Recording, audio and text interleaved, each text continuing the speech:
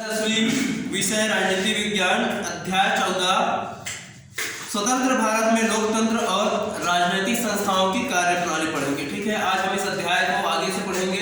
आज हम पढ़ेंगे राज्यों का पुनर्गठन और राज्य पुनर्गठन आयोग के बारे में।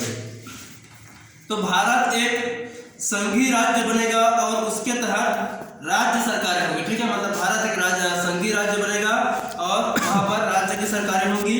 ये तो संविधान में निर्धारित किया गया है, लेकिन ये जो राज्य है ये किस आधार पर बनेंगे, है ना, ये प्रश्न बना हुआ है। तो अंग्रेजों ने अपने भारतीय साम्राज्य को कई प्रशासनिक प्रांतों में बांटा था, जैसे मद्रास, जिसके अंतर्गत आज के जो तमिलनाडु है, आंध्र प्रदेश, कर्नाटक और केरल के भाग आते थे, और मुंबई है जिसके अंदर मराठी, गुजराती, कन्नड़, कोंकणी आदि भाषाएं बोली जाती थी। इसके अलावा कई राजाओं की रियासतें थी, यहाँ भी कई भाषा बोलने वाले लोग रहते थे।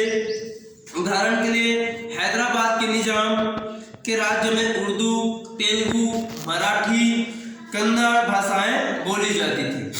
स्वतंत्रता आंदोलन के समय एक प्रमुख मांग ये रही कि राज्यों को प्रमुख क्षेत्रीय भाषा के आधार पर गठित करना चाहिए, है ना। जब स्वतंत्रता आंदोलन चल रहा था तब ये मांग रखा गया कि जो राज्य बनेंगे, है ना, वो उनके क्षेत्रीय भाषा के आधार पर ही उनका निर्माण करना चाहिए। एक भाषा बोलने वाले जो कई राज्यों में बटे हुए थे, है ना, वे एक राज्य बनाना चाहते थे।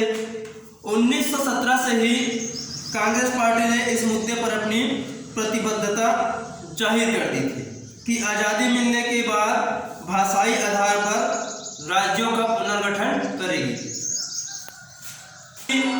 कांग्रेस की अपनी क्षेत्रीय इकाइयां भी भाषाई आधार पर ही गठित हुई थी, लेकिन स्वतंत्रता प्राप्ति के समय कांग्रेस नेताओं की सबसे प्रमुख चिंता देश को, है ना, देश को एक बनाए रखना था, क्योंकि उस समय देश धर्म के आधार पर विभाजन से गुजर रहा था, है ना। जब स्वतंत्रता प्राप्ति के बाद भारत और पाकिस्तान का विभाजन हुआ है ना, तो देश क्या है, धर्म के आधार पर विभाजन जो हुआ था उससे गुजर रहा था। उनको ये लगा कि इस समय देश में एकता की भावना, है ना, इसकी जरूरत है, एकता की भावना की जरूरत है, न कि भाषा के आधार पर आपसी वैमनस्य का। तो वे इस सवाल को कुछ समय के लिए टालना चाहते थे, क्योंकि उन्हें लगता था कि इससे जो विभाजनकारी ताकतें हैं वो मजबूत होंगी और एक एक करके देश कई क्षेत्रीय प्रशासनिक इकाइयों में बढ़ जाएगा, जिनके बीच में तालमेल बनाना काफी मुश्किल होगा। संविधान सभा ने 1948 में भाषाई राज्य पर एस के दर के नेतृत्व में आयोग की नियुक्ति की, है ना। तो दर आयोग ने इस समय इस मांग को उठाने के खिलाफ अपनी राय दी, क्योंकि इससे राष्ट्रीय एकता को खतरा और प्रशासन को असुविधाजनक स्थिति का सामना करना पड़ सकता था। लेकिन देश के विभिन्न इलाकों में भाषाई राज्य स्थापित करने के लिए विशेषकर महाराष्ट्र और आंध्र प्रदेश में व्यापक जन आंदोलन चलने लगे।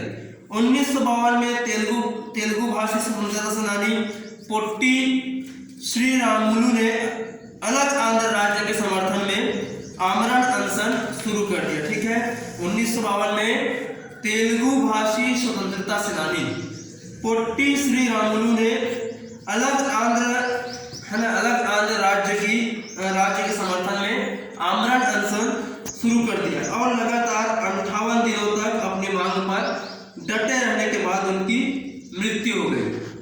तो उनकी मृत्यु के बाद प्रतिक्रिया के रूप में तेलुगु भाषी इलाकों में व्यापक हिंसा हुई, पुलिस फायरिंग में बहुत से लोग मारे गए।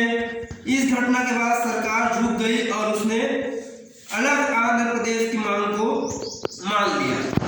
अक्टूबर 1953 में अलग आंध्र प्रदेश अस्तित्व में आ गया। इसके साथ ही मद्रास प्रांत का शेष इलाका तमिल भाषी राज्य बनाया गया। एक अलग राज्य के गठन के रूप में आंध्र प्रदेश की सफलता ने अन्य समूहों को ज्यादा पुरजोर तरीके से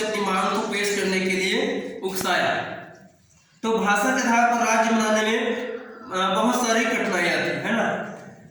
तो ठीक है डियर स्टूडेंट्स, आज का अध्याय हम समाप्त करते हैं। आगे का अध्याय हम आपको नेक्स्ट वीडियो में पढ़ाएंगे। Thank you.